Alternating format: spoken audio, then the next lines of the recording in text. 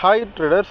ட்ரேடிங்கில் ரொம்ப முக்கியமான ஒரு சைக்காலஜி பாயிண்ட் இந்த ஃபோமோ அப்படின்னு சொல்லுவாங்க. அதாவது fear of missing out, FOMO buying அப்படின்னு சொல்லுவாங்க. அதாவது ஒரு ட்ரெண்டை அதோட சரியான நேரத்தில் சரியான இடத்துல நம்ம என்டர் ஆகிறத விட்டுட்டு அது ஒரு ரேலி போயிட்டே இருக்கும்பொழுது அந்த ரேலியை பார்த்துட்டு இப்போ போகலாமா அப்படின்னு சொல்லிட்டு நம்ம காலம் கடந்து ஒரு ட்ரேடில் என்டர் ஆகிறது தான் அந்த ஃபோமோ பையிங் அப்படின்னு சொல்லுவாங்க. ஸோ இந்த ஃபோமோ பையிங்னால் என்ன ஆகும் அப்படின்னா, இப்போ நம்ம ரியாலிட்டி லைஃப்பில் இது பேர் இம்பல்சிவ் பையிங் அப்படின்னு சொல்லுவாங்க. அதாவது நம்மளுக்கு தேவையே இல்லாத ஒரு பொருளை வாங்குறதும் இதில் தான் அடக்கமான ஒரு விஷயம். ஸோ இந்த ட்ரேடிங்கில் ஃபோமோ என்ட்ரி அப்படின்றது எங்கே வருது அப்படின்னா, எக்ஸாம்பிள் இன்றைக்கி நம்ம இந்த ட்ரேடை பார்த்தீங்கன்னா, ஸோ நம்ம ஆஸ் பர் சிபிஆர் செட்டப்ஸில் நான் சொல்கிறேன், ஒரு என்ட்ரி ஒரு டவுன் ட்ரெண்ட் வந்துட்டு இங்கே ஒரு சப்போர்ட் எடுத்து, ஸோ இப்போ இன்றைக்கி ஃபுல் டே பார்த்திங்கன்னா ஒரு லாங் போயிருக்கு. ஸோ இவ்வளோ தூரம் லாங்குன்றது ஆல்மோஸ்ட் ஒரு 200 பாயிண்ட் லாங் போயிருக்கு. ஸோ இப்போ இந்த லாங்கில் நம்ம ஆக்சுவலி என்ட்ரி ஆஸ் பர் நம்ம செட்டப் படி ஆக்சுவலி என்ட்ரி இங்கே. ஸோ அப்படி இருக்கும்போது ஸ்டாப் லாஸ் இங்கே. ஓகேங்களா? இப்போ இங்கேருந்து இதில் இவ்வளோ பெரிய ரேலியில் நீங்கள் எந்த நியர் ரெசிஸ்டன்ஸில் வேணால் வெளியில் வந்திருக்கலாம். ஆனால் இதில் ஃபோமோ எங்கே வருது அப்படின்னா, நீங்கள் இங்கெல்லாம் கவனிக்காமல் விட்டுட்டு இங்கே போயிட்டு என்ட்ரி ஆகுறீங்கன்னு வச்சுங்களேன். நீங்கள் கவனிக்காமல் விட்டுட்டுனா இந்த ட்ரெண்டை நம்பி பின்னாடி போகாமல் கவனிக்காமல் விட்டுட்டா கூட இருக்கலாம். இல்லை நீங்கள் மார்க்கெட்டில் அந்த டைமில் இல்லாமல் லேட்டாக பார்த்துருக்கலாம். இது எப்படி வேணால் இந்த ஃபோமோ உங்களுக்கு நடந்திருக்கலாம். இன்றைக்கி இது மாதிரி எப்போவுமே நடக்கும்.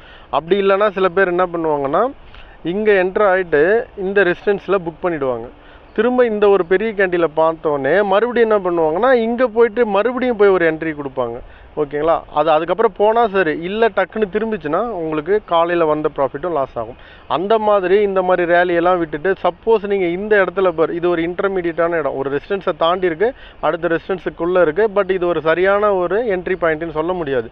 பட் இங்கே ஒரு வேளை அப்படியே திரும்பிச்சு அப்படின்னு வச்சிங்களேன், இவ்வளோ பெரிய ஃபாலில் நீங்கள் கண்டிப்பாக ஸ்டாப் லாஸ் போட்டிருந்தா ஓரளவுக்கு லாஸில் தப்பிச்சிருக்கலாம். ஸ்டாப் லாஸ் இல்லைனா இதுக்கு மேலேயும் போகும்னு நீங்கள் நினச்சிருந்தேன்னா இங்கே போயிட்டு மாட்டிங்களா. ஸோ இது பேர் தான் ஃபோமோ. அப்போ இதுக்கு என்ன பண்ணணும் அப்படின்னா, நம்ம மிஸ் பண்ணிட்டோம் அப்படி இல்லைன்னா விட்டுற வேண்டியதான். ஸோ நம்ம நெக்ஸ்ட் ட்ரேடு இல்லை நெக்ஸ்ட் டே தான் பார்த்துக்கணுமே தவிர, நம்மளா போய் ஏதாவது ஒரு குத்துமதிப்பாக ஒரு என்ட்ரியில் நம்ம எடுக்கக்கூடாது. இப்போ ஆஸ் பர் நீங்கள் எந்த டெக்னிக்கல் மெத்தட் யூஸ் பண்ணாலும் சரி, நான் ஏன் திரும்பன்னு சொல்கிறேன்னா, இங்கே எல்லாருக்குமே இந்த டெக்னிக்கல் மெத்தடில் சில இது சரியில்லை அது சரியில்லைன்னு சொல்லுவாங்க. நீங்கள் ஒரு ஃபிஃபோலே கூட என்ட்ரி ஆகிறீங்க அப்படின்னா, இங்கே இந்த ஃப்ரம் ஐ டு லோ அப்படின்னா இங்கே ஆல்மோஸ்ட் ஒரு 0.32 லெவலாக கூட 32 லெவலாக இருக்கலாம். இங்கே ஒரு என்ட்ரி நீங்கள் எடுத்தீங்கன்னா இங்கே ஸ்டாப் லாஸ் வச்சுருக்கலாம். பட் நீங்கள் இங்கே போய் என்ட்ரி ஆகிறீங்க அப்படின்னா அது எக்ஸ்டென்ஷன் தாண்டி போன லெவல். ஸோ அப்போ நம்ம என்ன பண்ணணும், அந்த மாதிரி இடத்துல இந்த ட்ரேடை மிஸ் பண்ணுறது ரொம்ப நல்லது. அதில் போய் தேவையில்லாமல் போய் மாட்டிக்கிட்டு லாஸ் ஆகிறத விட இந்த ட்ரேடு நம்ம விட்டாச்சுன்னா பரவாயில்லன்னு மிஸ் பண்ணுறது ரொம்ப நல்லது. அதுதான் நீங்கள் ஃபோமோவில் இல்லைனா அந்த மாதிரி ஃபோமோவில் போய் மாட்டிக்கிட்டிங்கன்னா அதுக்கப்புறம் மண்டையை பிச்சுக்கிட்டு குழம்புற மாதிரி தான் இருக்கும். ஸோ இந்த இந்த பாயிண்டில் எல்லாருமே இந்த பாயிண்டில் ரொம்ப ஸ்ட்ரகிள் ஆவாங்க. இந்த பாயிண்ட்டை நீங்கள் கடந்துட்டிங்கன்னா நீங்கள் மேக்ஸிமம் லாஸை அவாய்ட் பண்ணலாம். தேங்க்ஸ் ஃபார் வாட்சிங்.